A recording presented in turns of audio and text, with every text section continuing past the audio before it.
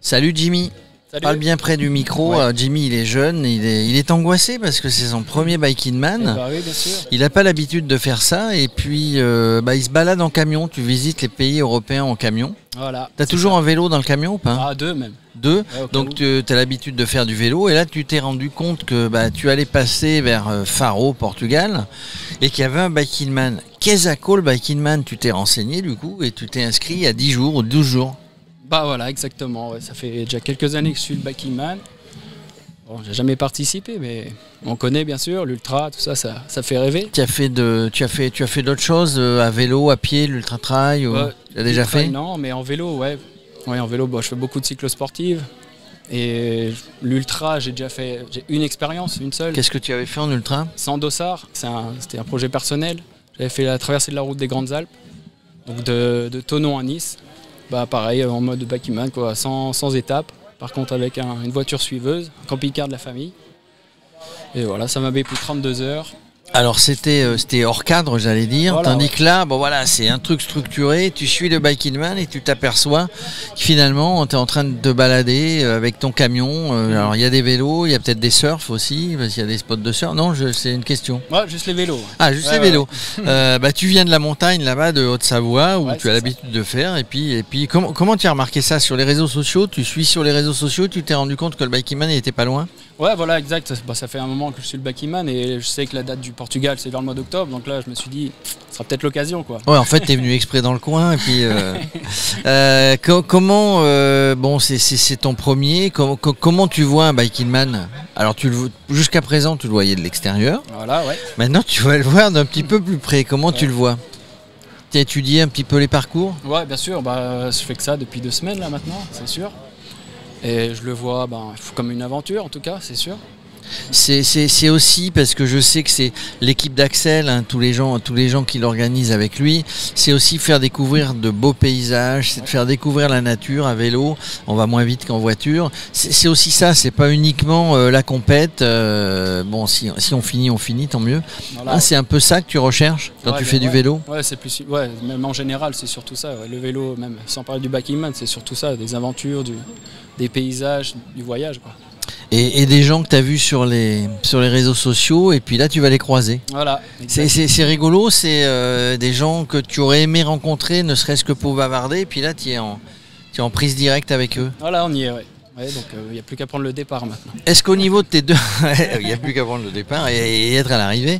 Est-ce que tes vélos, ils n'étaient pas forcément préparés pour des Bike in Man, et depuis que tu t'es inscrit, là, il y a 10-12 jours, tu as couru un petit peu les magasins pour trouver ce qu'il fallait en termes de sécurité, mais aussi en termes de confort pour ces 1000 km qui vont démarrer? Exactement. Alors là, c'est exactement Toi, je suis un ça. devin. Hein. Ah ouais.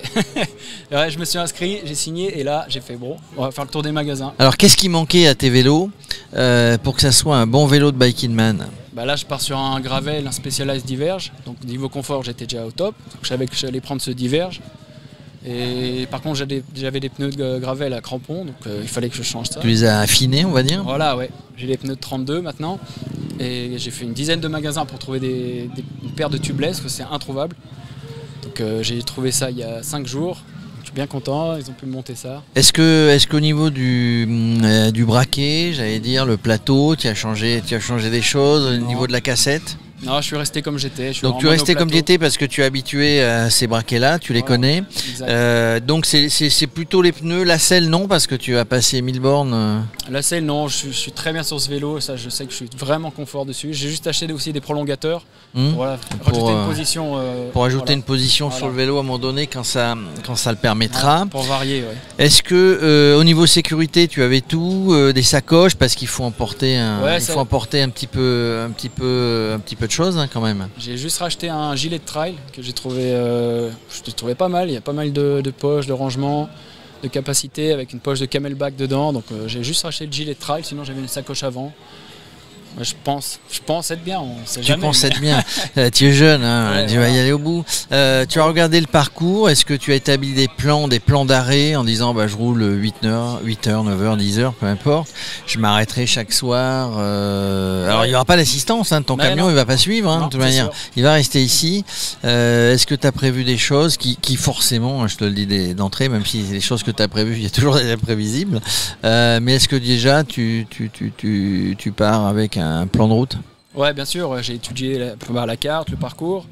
Et d'après ma seule expérience que j'ai en ultra, moi je pars pour pas non-stop, mais 10 micro-siestes uniquement. D'accord. Donc Quel âge tu as? 31.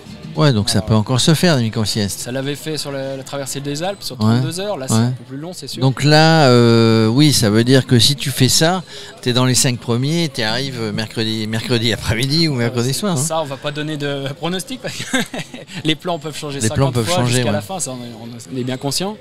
Mais voilà, ouais. Est-ce que tu as regardé, tiens, parce qu'il y a d'autres concurrents qui sont au contrôle, tu as regardé les autres machines, tu dis tiens, j'aurais peut-être dû faire ça ou j'ai encore le temps de le faire?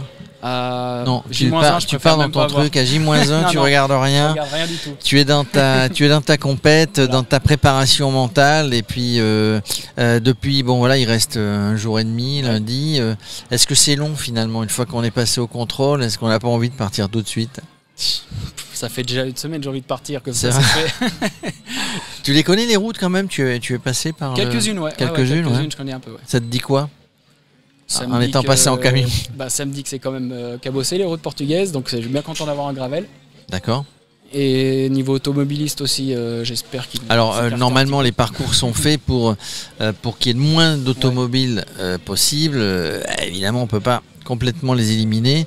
Mais donc voilà, t'as réellement bien étudié hein, donc toutes ces routes et tout, à ce que je vois. Bon, finisher en 2 jours et demi, 3 jours.